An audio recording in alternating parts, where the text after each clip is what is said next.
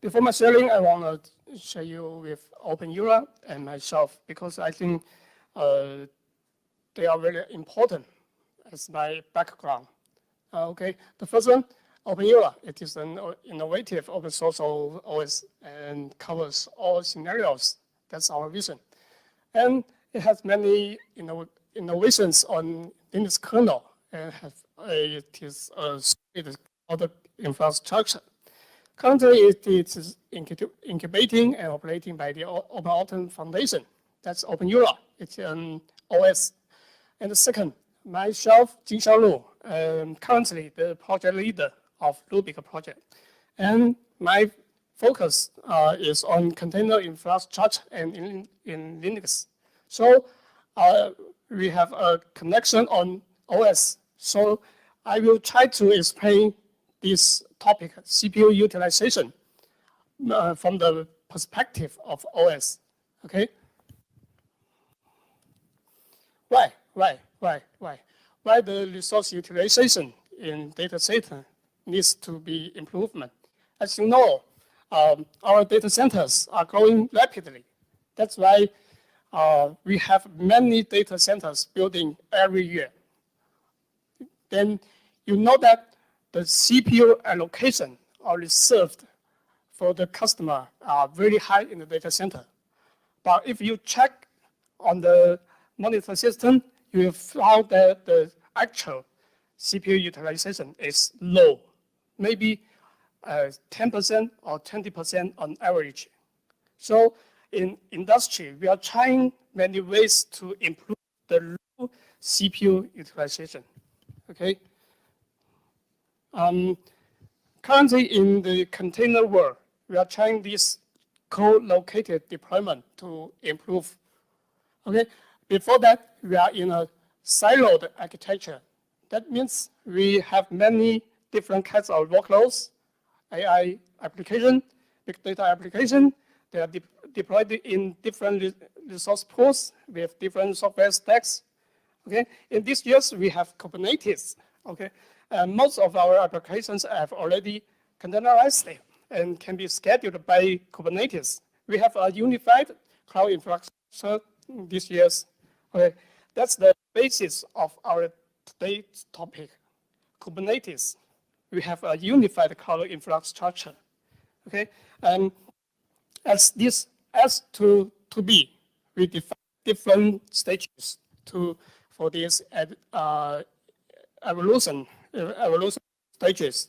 The first one, level 0, independent deployment. That's the SE stage at the last page. And the level 1 to level 4 are different stages at this 2B. Okay, that's something different between those levels. Okay, the first one, level 1, we define as shared deployment. And level 2 is hybrid deployment. The difference between level 1 and level 2 are we are already in the same software stack and share the same resource pools. The service type in the resource pool may be different. Okay, on level 1, maybe we only use the software, but the service type is only one. Okay, and next, in the hybrid deployment, we have multiple service types. But at level 3, okay, at level 2, we selected the different kinds of service types in the same cluster. But at level 3, we hold that all workloads are deployed freely.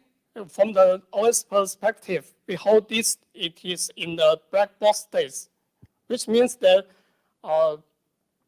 we, at the OS side, we have to detect which kind of workloads it is as a black box. Okay, level 4, we hold that it is in the whole multi-cloud deployment. We have a technology to schedule all kinds of workloads in all clouds to improve the whole CPU utilization. That's our different stages. Okay, based on the functions needed for the OS, I have listed many.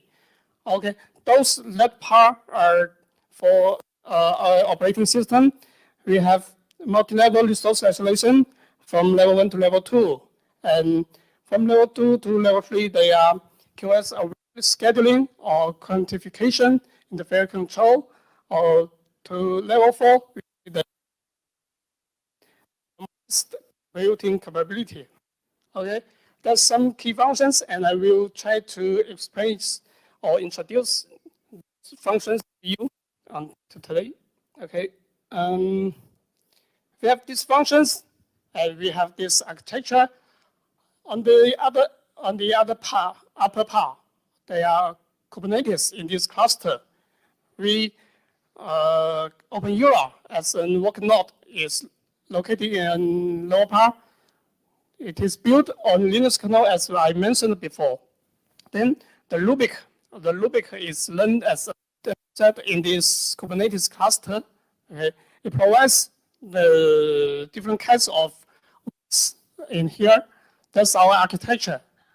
You can see that in this timeline, we have finished part of them, and we'll try to build more on this next year. Okay, that's our architecture. From level 1 to level 2, as I mentioned before, we are trying to build this multi-level resource isolation. Okay, why this it is not needed? Once we build this hybrid deployment for containers, they must based on a consumption that our workloads will be deployed with multi-level priorities. Okay, we have different priorities for those workloads. Okay, to simplify our modeling today, we called it, we divided it to two. One is on service, and the other time is offline service. The online service, they are sensitive to QoS and latency. Maybe they are for short time learning, and the offline service, they are offsite. Okay, so there are some difference on these services. So we define the different kinds of resource isolation capabilities for those workloads. As you can see in this table, we have CPU queues, memory queues, cache queues, network queues, and these queues. Okay, we have built such technologies, and they are all already open source in OpenEura. Okay, I won't share all of them today, but try to introduce 3 of them. They are our elite features. The first one, as I mentioned before, we have online and offline workloads, and normally the online service needs more CPU resources. And in our Linux kernel, we are using this CFS scheduling algorithm, and CFS is a fair scheduling. Okay, we cannot have a bias on online service and offline service, so we add this multi-level preemptive scheduling to CFS. So once the online service wants the CPU resources, we can suppress the offline tasks to obtain the CPU resources for online service. Okay, this is the first feature. And the second one is multi-level load balancing scheduling. Load balancing. Okay, it is because once this online service is running, we may have many idle CPU cores. At that time, we can load balancing those offline workloads to the other CPU cores to decrease the number of tasks, context switches, and migrations. Okay, that's the first and second features. They are both on the basis of hybrid on online service and offline service. But what about if we have a hybrid with online service and online service. Okay, based on the characteristics of online service, it will normally apply for sufficient resources. Okay, that means we will have low utilization on CPU at most of time. So we try to build this dynamic core affinity feature to try to overcommit CPU resources in C group. Okay, that's the features level 1 to level 2.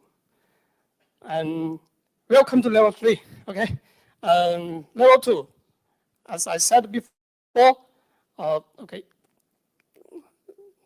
we are using the customer selected workloads to deploy in the same cluster carefully. Okay, in level 3, we have a such mission that we hold the customer can hybrid workloads freely.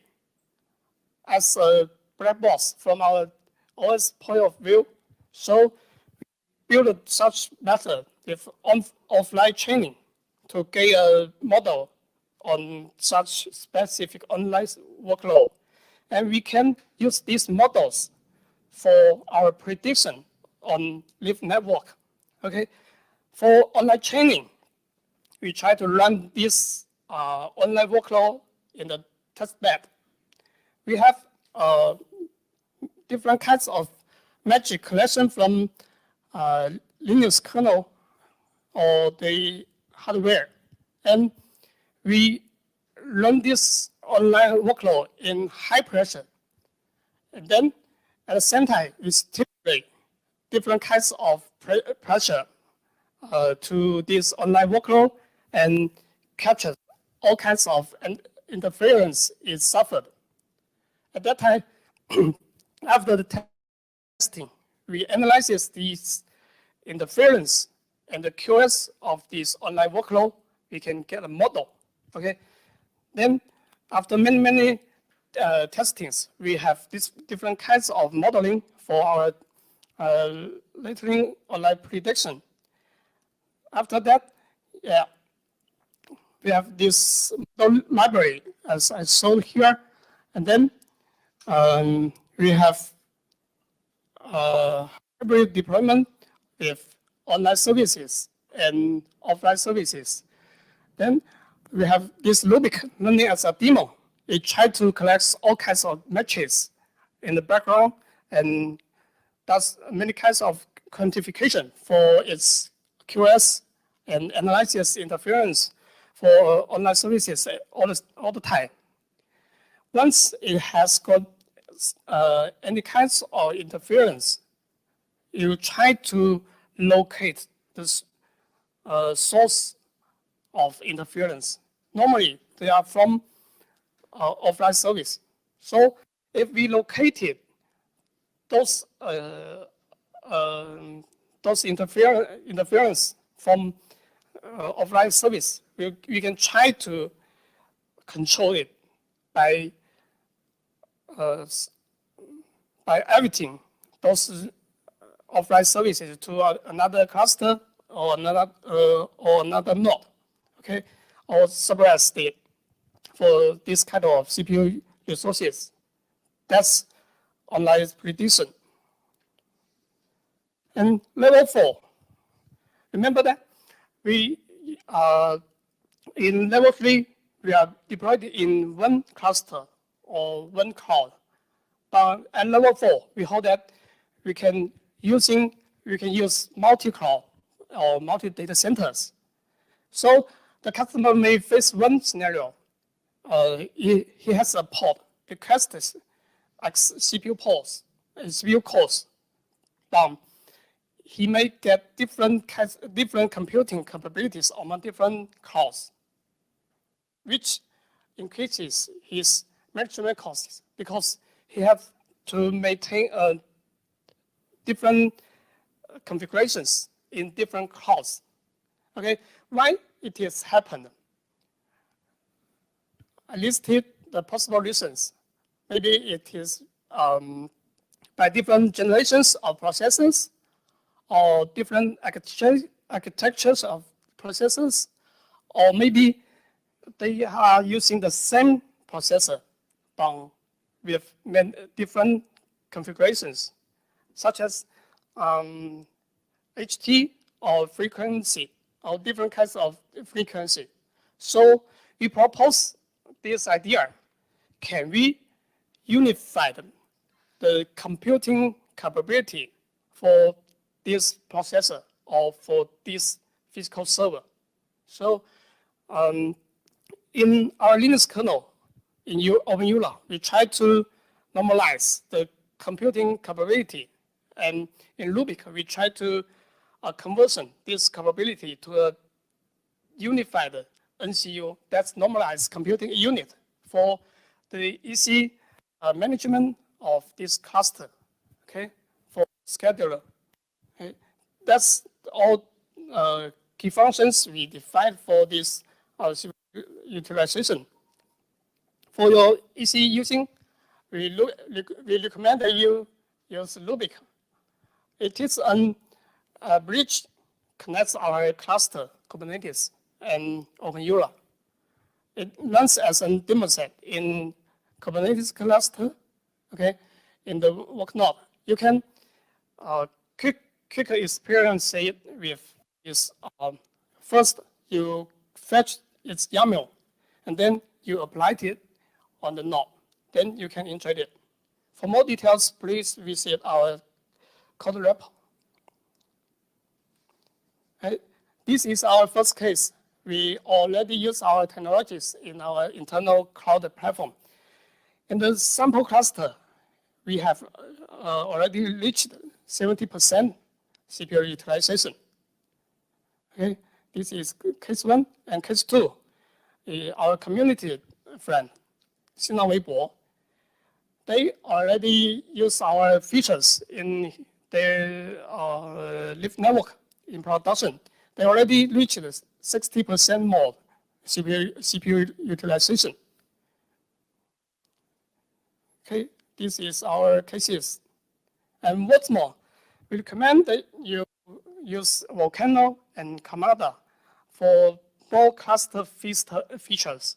As you know, for this CPU utilization, we are talking the whole data center or multi-cloud. But on OpenEULA and Rubik, we are based on the only specific node, okay? If you are going to the cluster or the multi-cloud, we recommend that you use Volcano and Kamada, okay? Welcome to JS. We are learning two cloud-native SIG and Isla in OpenEULA. And Isla-D is a lightweight container engine we developed in OpenEULA. And welcome to engage us. Thank you. That's all for today.